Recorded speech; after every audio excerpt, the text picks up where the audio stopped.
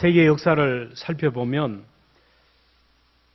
큰 일이든지 아주 비극적인 일이든지 좋은 일이든지 그 한 사람에 의해서 시작이 되는 것을 봅니다. 한 사람 아담 때문에 온 인류가 죄와 사망에 빠지게 되었고, 한 사람 둘째 아담 예수 그리스도로 인하여 모든 사람에게 살 길이 열렸어요. 그렇습니다. 히틀러라는 사람 한 사람 때문에 600만 명이라는 유대인이 영문도 모르고 그렇게 독가스실에 들어가서 죽음을 당해요.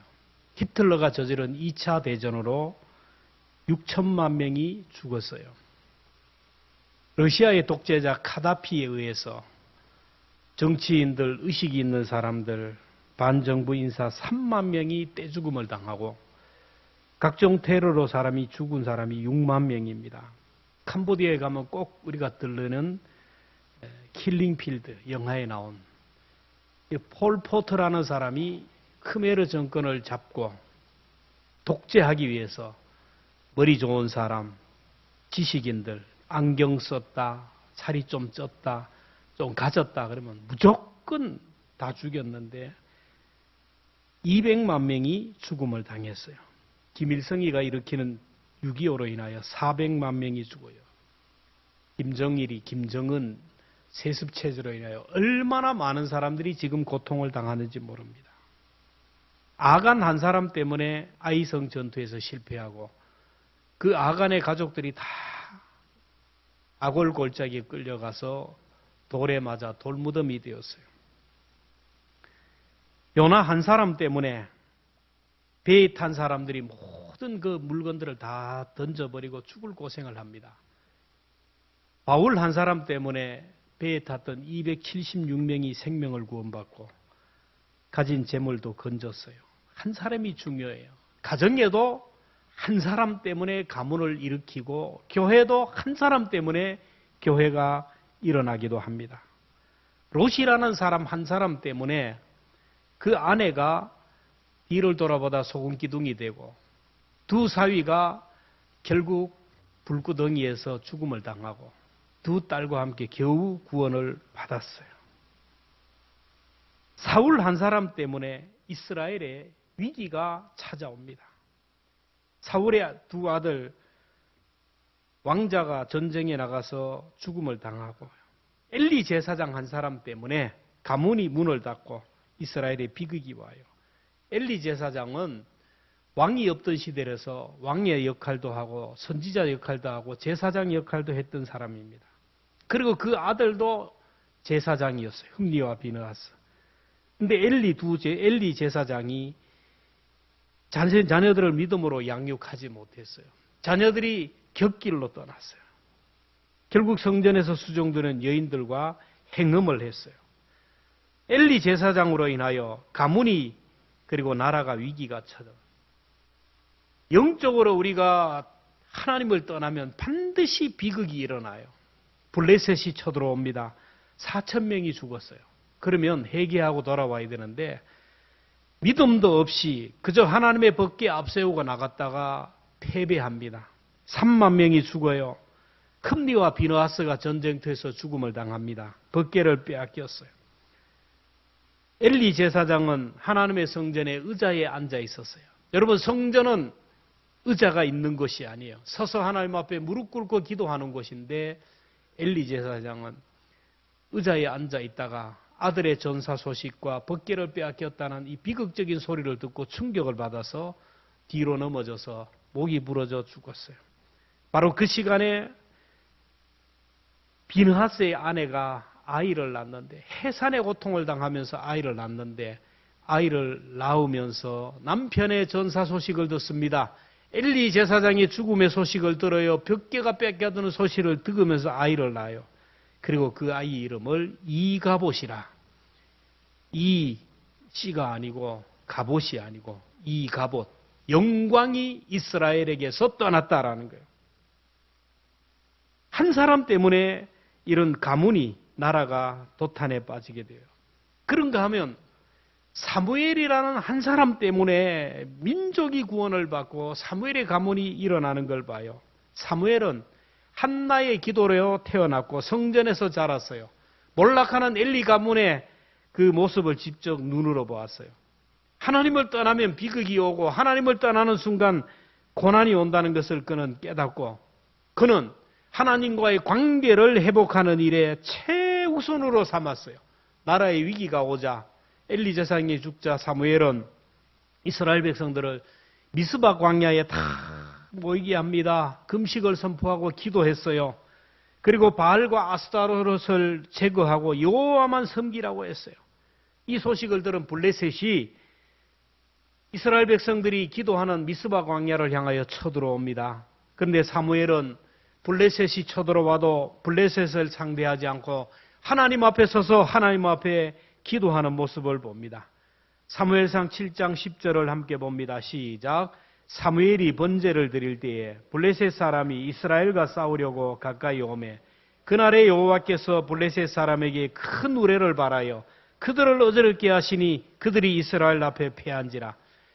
기도하는 사람에게 덤비면 벼락 맞아 죽는다. 이거 성경에 나오는 말이에요. 블레셋은 기도하는 백성들에게 덤비다가 벼락에 맞아 죽었어요. 큰 우레를 통하여 쳤다라는 것은 우레는 벼락이에요, 벼락. 여러분, 번개 얼마나 무섭습니까? 여러분, 지금도 아무리 강력한 무기가 있다 할지라도 하나님이 이 번개를 몇 번만 내리치면 끝나는 거예요. 하나님이 블레셋을 번개로 내리치자 그들이 패하고 도망을 할 때 이스라엘이 블레셋을 추격하면서 백갈 아래까지 쳐들어갔어요. 그리고 사무엘은 그곳에 전쟁 기념비를 세웁니다. 우리 7장 12절을 함께 봅니다. 시작. 사무엘이 돌을 취하여 미스바와 센 사이에 세워 이르되 여호와께서 여기까지 우리를 도우셨다 하고 그 이름을 에벤에셀이라 하리라. 에벤에셀이라는 말은 도움의 돌이라는 거예요. 부모가 자녀를 돕듯이 남편이 아내를 돕듯이 강한 자가 약한 자를 돕듯이 하나님은 이스라엘에게 남편처럼 아버지처럼 강한 자처럼 그렇게 도와주셨다라는 거예요. 엘리 제사장 한 사람 때문에 한 가문이 문을 닫고 한 나라가 풍전등화와 같은 위기를 맞았지만 사무엘 한 사람 때문에 나라가 살아나게 됐어요. 이것도 잠깐 승리가 아닙니다. 하나님이 사무엘이 사는 날 동안 블레셋을 막아주었다는 거예요. 13절 같이 봅니다. 시작. 이에 블레셋 사람들이 굴복하여 다시는 이스라엘 지역 안에 들어오지 못하였으므로 여호와의 손이 사무엘이 사는 날 동안 블레셋 사람을 막으심에 하나님의 손이 블레셋 사람을 막아주셨으니 다시는 전쟁이 없었다. 하나님의 손이 우리를 막아주시고 하나님의 강한 팔이 우리의 방패가 되어주시면 그 어떤 재앙도 틈타지 못할 줄로 믿습니다. 하나님의 손이 함께 하시면 그동안 잃어버린 땅을 되찾게 되는 거예요. 14절 같이 봅니다. 블레셋 사람들이 이스라엘에게서 빼앗겼던 성읍이 에그론부터 가드까지 이스라엘에게 회복되니 이스라엘이 그 사방 지역을 블레셋 사람들의 손에서 도로 찾았고 또 이스라엘과 아모리 사람 사이에 평화가 있었다. 사무엘 한 사람 때문에 그 조상들이 잃어버렸던 땅까지 다 되찾았어요. 하나님의 손이 함께하니까 늘 그들에게 위협이 되고 두려움의 대상이 되었던 아모리 사람과 평화가 이루어요. 여러분, 아모리 사람은 가나안 족속 중에 가장 악랄한 족속이에요. 출애굽할 때부터 이스라엘을 괴롭혔던 사람입니다. 오늘 얘기하면 일본과 같아요. 일본이 우리보다 나라가 강하기 때문에 우리가 어떻게 할 수도 없잖아요.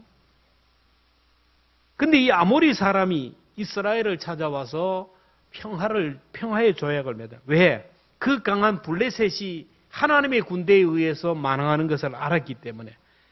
여러분, 우리가 이 땅에 살아가면서 하나님의 손이 우리와 함께하고 하나님이 함께하면요, 세상 사람들이 함부로 하지 못해요. 와서 손을 내밉니다. 사이좋게 지내자고 하는 거예요. 이런 은혜가 여러분에게 있기를 주의 이름으로 축원합니다. 우리들이 사는 날 동안 하나님의 손이 재앙도 막아주시고 질병도 막아주시고 온갖 사탄의 불화살을 막아주실 것입니다. 그리고 여러분이 사는 날 동안 여러분의 가정과 직장과 사업장이 우리 교회가 하나님의 평안이 가득하기를 축복합니다. 그러면 나 사는 날 동안 무엇을 했을까요? 사무엘은 사는 날 동안 예배로 하나님을 섬겼어요. 늘 듣는 말씀이지만은 이 방법밖에 없어요. 이 길 외에는 살 길이 없어요. 사무엘은 어머니 한나의 기도로 태어나서 어릴 때부터 성전에서 자랐어요. 하나님의 음성을 들으면서 자랐습니다. 하나님 앞에 예배자로 살았어요. 사무엘은 삶의 중심이 예배예요. 예배가 살아있어요. 예배 우선의 삶을 살았어요. 그런데 엘리 제사장은 예배를 집례하는 사람입니다. 두 아들 흠니와 비느하스도 제사장으로 예배를 집례하는 사람이에요. 그런데 그들은 영적으로 하나님을 떠나 살았고 형식적인 예배가 드렸어요. 허울뿐인 예배입니다. 믿음 없이 말씀 없이 예배 드렸어요. 그 당시의 상황을 사무엘상 3장 1절은 이렇게 얘기합니다. 아이 사무엘이 엘리 앞에서 여호와를 섬길 때 여호와의 말씀이 희귀하여 이상이 보이지 않다. 사무엘은 하나님의 음성을 들었는데 엘리와 그의 아들들은 여호와의 말씀이 어떻게 했다고요? 희귀했다. 희귀했다는 말은 약하라는 말로 기하다, 찾아보기 어렵다라는 말이에요. 여러분의 가정에서 남편이 성경 읽는 모습을 찾아보기가 어렵다. 엘리 제사장의 길을 걸어가는 거예요. 아내가 성경 읽는 모습을 찾아보기 어렵다. 엘리의 가문으로 들어가는 거예요. 회개해야 됩니다. 성경이 없다는 게 아닙니다. 하나님의 말씀이 가정 방마다 다 있어요. 그런데 성경을 읽는 모습을 찾아보기 어렵다. 우리 교회에서 장로님들이 성경 읽는 모습을 찾아보기 어렵다. 권사님들이 성경을 읽는 모습을 찾아보기 어렵다. 여러분, 엘리의 자리에 들어간 거예요. 그 인생은 소망이 없어요. 엘리 제사장의 아들은 말씀에는 관심이 없어요. 제사에는 관심이 없고 제밥에만 관심이 있었어요. 제사장으로서 성전에 하나님 앞에 드려지는 제물들을 다 검열을 합니다. 최고 등급의 제물만 들어옵니다. 오늘식으로 하면 한우 2플러스가 들어와요.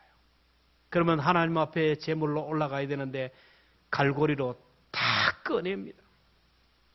가마솥에 고기가 들어가서 익을 때 꺼냅니다. 꺼내어서 육회를 해먹고 불고기를 해먹는 재미로 살았어요.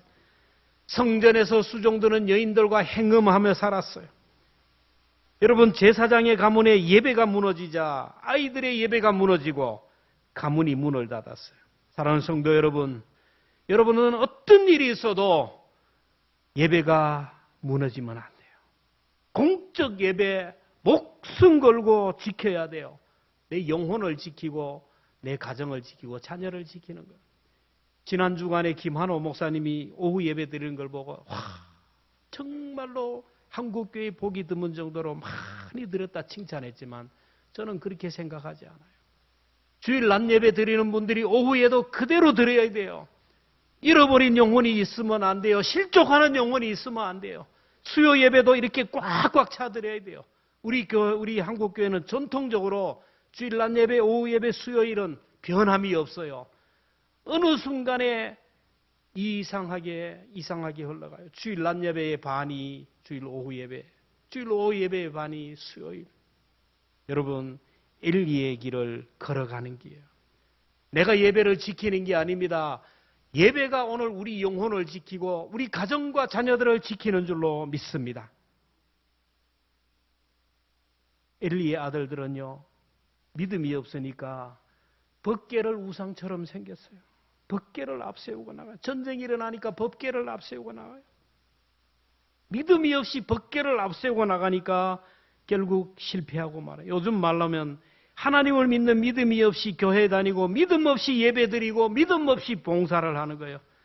여러분, 십자가를 달아놓으면 무슨 상관이에요? 십자가를 달아놓으면 사탄이 틈타지 못한다고요. 목사가 가운을 입어야 된대요. 성가대가 가운을 입어야 된대요. 하나님을 믿는 믿음이 없이 비본질적인 것에 사로잡혀요.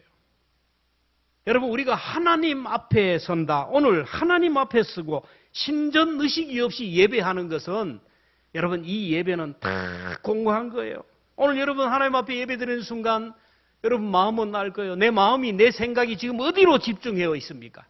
지금 하나님이 나와 함께 하시고 하나님이 오늘 나에게 주시는 말씀으로 아멘으로 받고 두렵고 떨림으로 예배드립니까?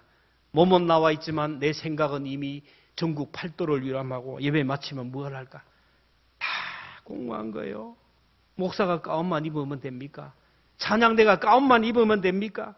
자동차에 십자가만 붙어 있으면 됩니까? 교회 다니기만 하면 되나요? 내가 직분만 맡으면 되나요? 중요한 것은 가운을 입은 사람, 내 모습, 내가 하나님과 어떤 관계에 있느냐. 찬양대가 가운을 입고 이 자리에 선 것이 중요한 게 아니고 찬양대원들이 하나님 앞에서 하나님과 어떤 관계를 가지고 있느냐. 이게 중요한 거예요. 사무엘은 하나님을 제대로 섬기지 못하면 망한다는 것을 깨달았어요. 하나님 앞에 온전히 예배하지 못한 채 그저 벗게만 앞세우고 나가다가 나라가 망하고 흠니와 비느하스가 죽음을 당했다는 것을 알아요. 그래서 사무엘은 언제나 예배 중심의 삶을 살아요. 예배를 목숨처럼 생각했어요. 전쟁이 일어나도 여러분 적들이 쳐들어와도 사무엘은 예배를 드렸어요. 보통 믿음이 아니에요. 전쟁이 일어나면 나가서 싸워야죠. 몸이 아프면 집에서 쉬어야죠. 근데 정말로 하나님을 믿는다면, 하나님이 나를 위하여 대신 싸운다면 목숨 걸고 예배의 자리에 서요. 우리의 예배보다 더 중요한 게 어디 있습니까? 우리가 하나님 앞에 예배 드리는 것보다 더 중요한 것이 없어요.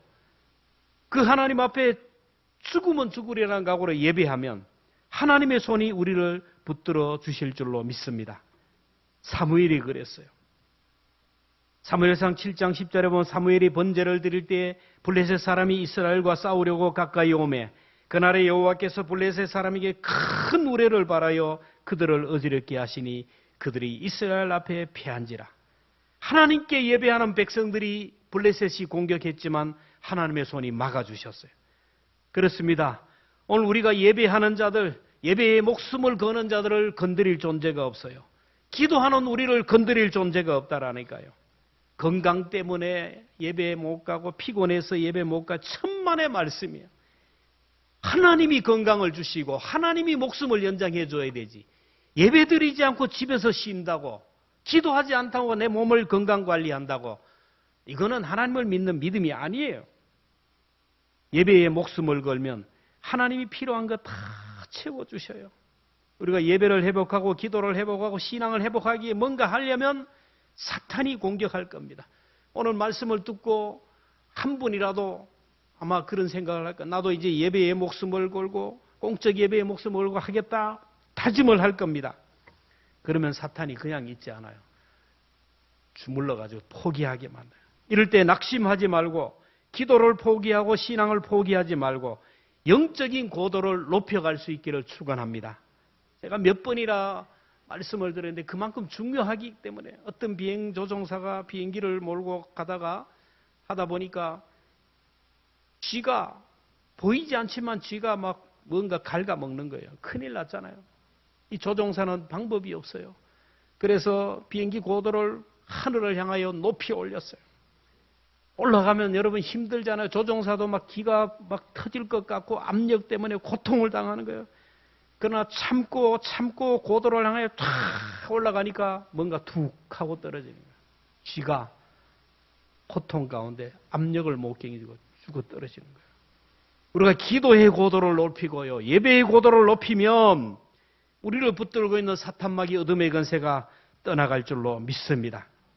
육에 사로잡혔기 때문에, 내 인간적인 인본주의에 사로잡혔기 때문에 뭐 하는 거예요? 내가 저걸 어떻게 하나? 내가 저걸 어떻게 하나? 두려움에 사로잡힌 거예요.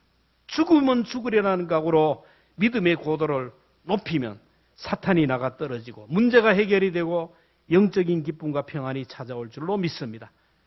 에스더처럼 죽으면 죽으리라는 각오로 나가는 게 필요해요. 사무엘은 사는 날 동안 예배의 목숨을 걸었어요.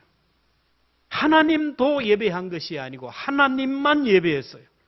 우리의 삶 속에서 하나님보다 더 사랑하는 것, 하나님과 동급으로 생각하는 것 있으면 하나님 알아요.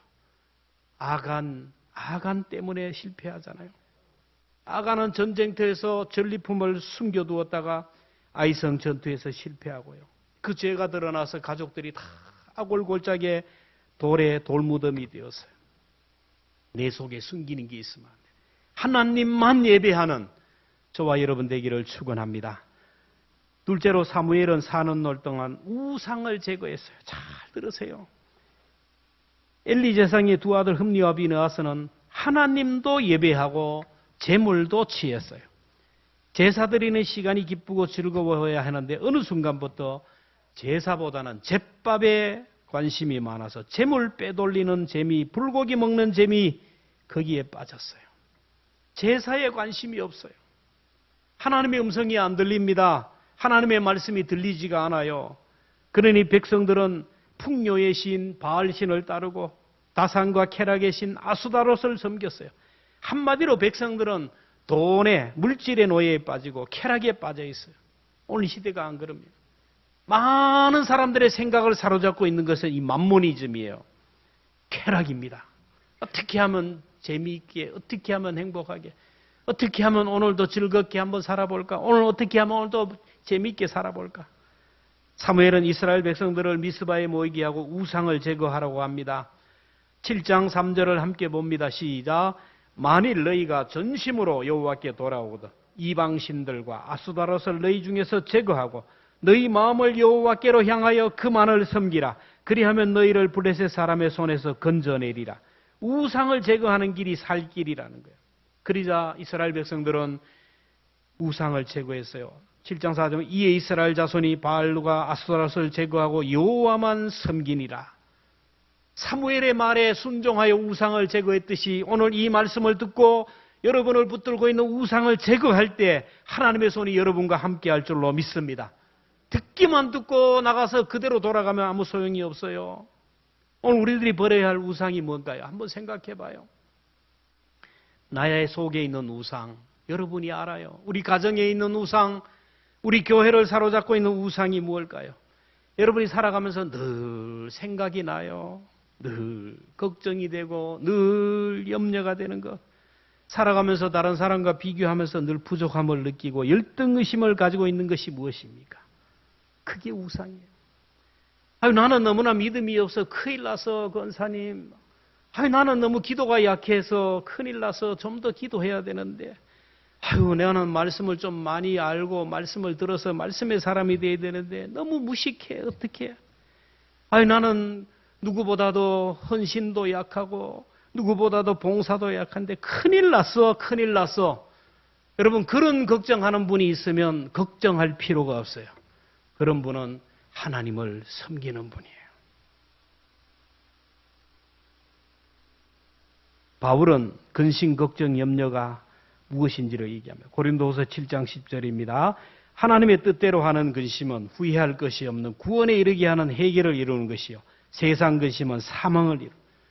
바울은 죄 때문에 걱정해. 아이고, 오늘도 내가 죄를 지었는데 오늘도 내가 죄를 지으면 어떡하나. 오늘도 내가 하나님과의 관계가 문제가 생기면 어떻게 하나? 내가 이렇게 복음을 전하다 나만 내가 지옥 가면 어떻게 하나? 하나님의 마음을 아프게 하면 어떡하나? 어떡하나? 오늘 우리 성도들의 걱정과 염려거리가 무엇이에요? 여러분, 내면의 소리를 듣고 지금 내가 늘 걱정하고 염려하는 거. 노후가 되면 어떡하나? 은퇴하면 어떻게 하나? 우리 자녀들은 어떻게 하지? 아이고, 앞으로 어떻게 살지? 걱정거리, 염려거리, 그게 여러분을 붙들고 있는 우상이에요. 이 우상을 제거하지 않은 난 우리의 미래는 소망이 없어요. 하나님은 우리를 사랑하시되 아들을 십자가에 주기까지 사랑하시는, 질투하시는 하나님이에요. 질투하시는 하나님. 내가 사랑하는 사람, 내가 사랑하는 아내가 나가서 이 남자, 저 남자 만나고 다녀도 그래, 자유지 뭐. 자고 와도 돼. 이거 문제 있잖아요. 질투하는 거예요. 질투하는 사랑하면. 하나님은 우리 속을 다 보셔요. 한 남자가 있었대요. 다 그런 거 하지만 남자가 경제적으로 여유가 있고 시간적으로 문제가 있으면 딴 길로 가기가 쉬워. 이 남자도 딴 길로 가기 시작합니다. 바람을 피우기 시작합니다. 두 집 살림을 시작해요. 모두를 속였어요. 남편이 아내를 속였다고 했어요. 자식도 속였다고 했어요. 교회도 속였어요. 아무도 모른다고 했어요. 교회 가면 거룩하게 기도하고 칭찬받고 인정받고. 사람들에게는 정말 좋은 아버지라는 소리를 들어요. 아내는 촉이 있어서 알았어요. 가정 내 평화를 위해서, 아이들을 위해서, 체면을 위해서 넘어간 거예요. 자녀의 결혼식이 되었는데 남편은 자연스럽게 자랑스러운 모습으로 손님을 영접하고 당당하게 혼주의 자리에 앉아요. 자랑스럽게 딸의 손을 잡고 결혼식장에 들어갑니다. 사람들에게 경건한 가장처럼 보였어요. 모두가 부러워합니다. 그때 아내가 남편에게 귓속말로 얘기합니다. 그러면 뭘 해? 두 집 살림하는 주제에. 이 소리를 듣고 남편은 뒤도 돌아보지 않고 다 사라졌어요. 우리가 하나님 앞에 그러지 않습니까? 하나님 앞에 거룩하게 예배드려요. 믿음 있는 것처럼 보입니다. 경건하게 보이는 것처럼 보여요. 직분도 받아요. 사람들에게 믿음 좋다는 소리를 들어요. 박수도 받고 칭찬을 받습니다. 성령이 오늘 우리에게 말씀하신 소리가 돼요. 그러면 못해. 두 집 살림 하는데 하나님보다 더 사랑하는 우상이 있잖아. 하나님보다 더 애착을 가지고 있는 우상이 있잖아. 여러분에게 숨기고 있는 세컨드가 무엇입니까? 하나님은 보셔요. 여러분도 알아요. 여러분 이 세컨드를 숨기고 있는 한 엘리 가문이에요. 시간이 문제예요. 소망이 없습니다. 성령님의 지적에 두 손 들고 회개하고 우상을 제거하면 하나님의 은혜가 함께 하실 줄로 믿습니다. 우리 모두에게 우상이 있어요. 어떤 사람은 자기 감정이에요. 감정 건드리면 견딜 수가 없어요. 기분 나쁘면 천국도 안 간다. 인본주의 인간적인 생각입니다. 내가 최고라는 거예요. 말씀이 없어요. 내 생각, 내 방법대로 뭐든지 질러대요. 자존심. 가게에 흐르는 저주 여러분 끊어보지 않으면요. 이게 자녀들에게 흘러가는 거예요. 사무엘은 사는 날 동안 우상을 제거했어요. 하나님보다 더 사랑하는 것을 가지고 있으면 우리에게는 백해무익한 거예요. 마지막으로 사무엘은 사는 날 동안 기도했어요. 사무엘은 어머니 한나의 기도로 태어난 아들이고 일생을 성전에서 기도하는 사람이에요. 한 번 기도가 아니라 계속 기도했어요. 평안할 때 기도하고 위기 때도 기도했어요. 자기만을 위하여 기도한 것이 아니고 다른 사람을 위해서, 민족을 위해서 기도했어요. 기도하기를 쉬지 않았어요. 블레셋이 쳐들어와도 기도했어요. 사무엘상 7장 9절에 보면 사무엘은 여호와께 부르짖었고 여호와께서 그에게 응답하셨더라. 여러분 이 말씀을 여러분의 삶에 적용해 봐야 돼요. 내 이름을 부르면서 나는 여호와께 부르짖었고 여호와께서는 나에게 응답하셨더라. 부르짖을 때 하나님이 응답하는 거예요. 사무엘이 기도의 손을 높이 들자 하나님의 손이 사무엘을 보호하시고 사무엘의 가정과 사무엘에 속한 나라를 보호했어요. 사무엘이 기도하니까 하나님의 보호의 손이 덮어주셨어요.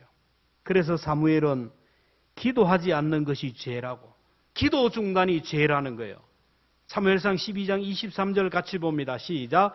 나는 너희를 위하여 기도하기를 쉬는 죄를 여호와 앞에 결단코 범하지 아니하겠다. 여러분들도 기도하기를 쉬는 죄, 기도를 중단한 죄를 더 이상 범하지 않기를 주의 이름으로 축원합니다. 사무엘이 기도하자 하나님의 손이 번개를 들어서 블레셋을 내리쳤어요. 오늘 우리가 기도의 손을 들면 하나님의 손이 움직여요. 모세가 기도의 손을 드니까 이스라엘이 승리하고 피곤해서 기도의 손이 내리니까 아말렉이 이기잖아요. 그래서 아론과 훌이 모세의 손을 들어 올림으로 인하여 승리했어요. 내가 기도하면 나를 대적하는 무리를 하나님이 손이 막아주시고 물리쳐요. 여러분 나를 힘들게 하고 고통스럽게 하는 사람이 있어요. 그 사람을 대하면 안 돼요. 하나님 앞에 서서 기도하면 하나님이 책임져 주실 줄로 믿습니다. 어려운 일이 있어요. 내 몸이 아파요. 그 누가 나의 고통을 알랴. 사람에게 얘기하지 말고 하나님 앞에 서서 하나님 앞에 기도하면 하나님이 친히 일하시고 부족한 것을 채워 주실 줄로 믿습니다. 내가 상대하면요, 내가 일하지만은 하나님 앞에 기도하면 하나님이 일하시는 거예요. 여러분의 자녀들 누가 보호해요? 흩어져 있는 여러분의 자녀들 누가 함께 합니까? 병원 가도 안 돼요. 군에도 못 따라갑니다. 이 환난과 풍파와 질병, 사건, 사고 많은 세상 속에서 누가 우리 자녀를 지키고 보호하고 인도합니까? 내가 기도하면 하나님이 보호하실 줄로 믿습니다. 이 어려운 시대에 부모가 기도의 손을 안 들어요. 조상들이 기도의 손을 안 들어요. 무슨 힘이 있고 무슨 빽이 그렇게 좋아요. 내가 기도하면 하나님의 손이 보호해요. 하나님의 손이 함께함으로 인하여 환난에서 벗어나 근심이 없게 하십니다. 가정에서 기도하는 부모가 있으면요, 가정이 절대로 안 무너져요. 교회에서 기도하는 성도가 있으면 교회가 흔들리지 않습니다. 기도는 가정을 보호하는 보호막이고 교회를 보호하는 보호막이에요. 나에게 문제가 생기고 가정에 문제가 생기고 자녀에게 문제가 생겼어요. 기도하기를 시이는 죄를 범했기 때문에 내 삶의 울타리가 문제에서는 기도하라는 하나님의 뜻입니다. 우리나라가 양극단으로 대치해서 국력을 소모하는데 한국 교회가 기도하지 못해서 그래요. 다시 하나님이 일하도록 기도의 손을 들어야 돼요. 혼자 하기 힘들어요. 같이 아론과 훌처럼 기도해야 돼요. 우리가 기도 혼자 안 돼요. 남편은 아내를 도와야 되고, 도울 때 일어나세요. 아내는 남편의 기도를 도와야 돼요. 서로 구역별로 서로 기도할 수 있도록 으쌰으쌰 하고 해야 돼요. 내 신앙만 지킨다고 되는 게 아니에요. 여러분의 기도 때문에 하나님의 손이 여러분의 재앙도 막고 질병도 막아주시고 모든 재난을 막아주시는 것을 믿으시기를 바랍니다. 기도하는 동안 잃어버린 건강도 회복시키고요. 명예도 회복시키고 물질도 회복시키고 관계도 회복시키고 신앙도 회복시켜요. 예수는 나만 믿는 게 아니에요. 사도행전 16장 31절에 주 예수를 믿어라. 그리하면 너와 내 집이 구원을 받으리라. 내가 예수님을 제대로 믿으면 나와 내 가정이 구원을 받아요. 내가 제대로 안 믿으니까, 내가 엉터리로 믿으니까 대충 사돈 벌초하듯이 외삼촌 벌초하듯이 하니까 이게 가정에게 자녀들에게 흘러가지 못하는 거예요. 그래서 내가 요나가 되면 안 돼요. 내가 롯이 되면 안 됩니다. 내가 엘리의 가문이 되면 안 돼요. 가게에 흐르는 저주를 내 대에서 끊어버려야 돼요. 영적인 세계는 희한해요. 흘러갑니다. 물은 위에서 아래로 흘러가듯이 영적인 세계는 자꾸 흘러가요. 가장 가까이 있는 가족에게, 자녀들에게 좋은 것도 흘러가고 나쁜 것도 흘러가고 가게에 흐르는 저주도 흘러가요. 코로나가 걸리니까 다 감염이 되잖아요. 그래서 좋은 바이러스, 내가 좋은 바이러스를 받아야 돼요. 영적으로 성령으로 충만을 받아야 돼요. 축복의 바이러스를 받으면 이게 내가 아브라함이 되면 이게 자녀들에게 흘러가요. 후손들에게 흘러간다니까요. 어떤 교회는요, 목사가 눈치 봐야 하는 사람이 있어요. 어떤 교회는요, 목사의 눈치를 보는 교회가 있다라는 거예요. 이런 교회는 엘리의 가문이에요. 하나님으로 섬기는 교회가 아니라는 거예요. 이런 교회는 소망이 없어요. 하나님만 눈치 보는 교회, 하나님만 섬기는 교회, 그런 교회에 하나님의 손이 함께해요. 요즘 새벽기도 창세기를 하는데 매일 묵상집요. 아브라함이 받은 복을 보면 참 대단합니다. 욥이 받은 복도 대단하고요. 야곱이 받은 복을 보면 정말 대단한 거예요. 아브라함이 복을 받는 상황을 보면요. 아브라함이 농사를 지었다, 밭을 심었다, 포도 하나도 없어요. 근데 한 줄로 아브라함은 하나님이 복을 주시며 소와 양과 소떼와 양떼와 곡식들이 가득하게 되었다. 다른 기록이 없어요. 이 말은 아브라함이 노력해서 그런 게 아니고 하나님이 하늘문을 확 열고 한순간에 부어주니까 거부가 되었다. 욥도 마찬가지예요. 한순간에 하나님이 하니까 사탄이 역사하니까 한순간에 아들, 딸, 재산 다 잃어버리잖아. 근데 욥이 믿음이 번치 않고 주신 자도 여호와요, 취하신 자도 여호와니 여호와의 이름이 찬송을 받을지이다. 하나님 앞에 예배하며 나갈 때 하나님이 또 한순간에 복을 주는데 집 나간 부인보다 더 이쁜 여인 주시고 그를 통하여 갑절의 복을, 자녀도 갑절이고 복을 받잖아요. 하늘 문을 열면 그렇다라는 거예요. 야곱이 외삼촌 라반의 집에 가서 사기를 당하면서 얼마나 고통을 당하며 머슴으로 살아가요. 4명의 아내와 12명의 자녀가 재산이 없어요. 근데 그가 라반으로부터 독립해가지고 목장을 시작할 때 하나님이 하늘 문을 여는데 얼마나 부어주시는지 라반을 넘어가는 복을 받잖아요. 여러분, 하나님은 전능하신 하나님이에요. 죽은 자도 살리신 하나님, 번개도 움직이시는 하나님. 하늘문을 열면 내 인생에 놀라운 역사가 일어날 줄로 믿습니다. 별 수 없는 내 머리 자꾸 굴리지 마세요. 내가 한 달에 얼마를 벌고, 그러면 1년 후에 얼마를 벌고, 내가 이게 하면 자꾸 인간적인 계산으로 자꾸 하는 한 이 사람은 절대로 하나님의 능력을 경험하지 못해요. 하나님보다 더 앞서는 것 없어야 돼요. 하나님의 뜻이면, 하나님의 말씀이면, 하나님만 섬기고 나가고 우상을 버리면, 기도하면 하나님이 우리에게 은혜를 줘요. 그래서 우리는 예수님을 나의 구주로 왕으로 삼고 살아야 돼요. 주님에게 모든 것을 맡기며 살아가고 주님의 음성을 듣고 살아가면요, 간증거리가 쏟아집니다. 나 사는 동안 끊임없이 구주를 찬송하리로다. 우리 함께 찬송할 때인데 288장을 보면요, 예수를 나의 구주 삼고 성령과 피로 거듭나서 살아가면요, 온전히 주님께 맡기며 살아가면요, 우리의 삶 속에 간증거리가 날마다 나 사는 동안 구주를 찬송하는 이런 은혜가 있어요. 우리가 말씀을 생각하면서 함께 찬양하겠습니다.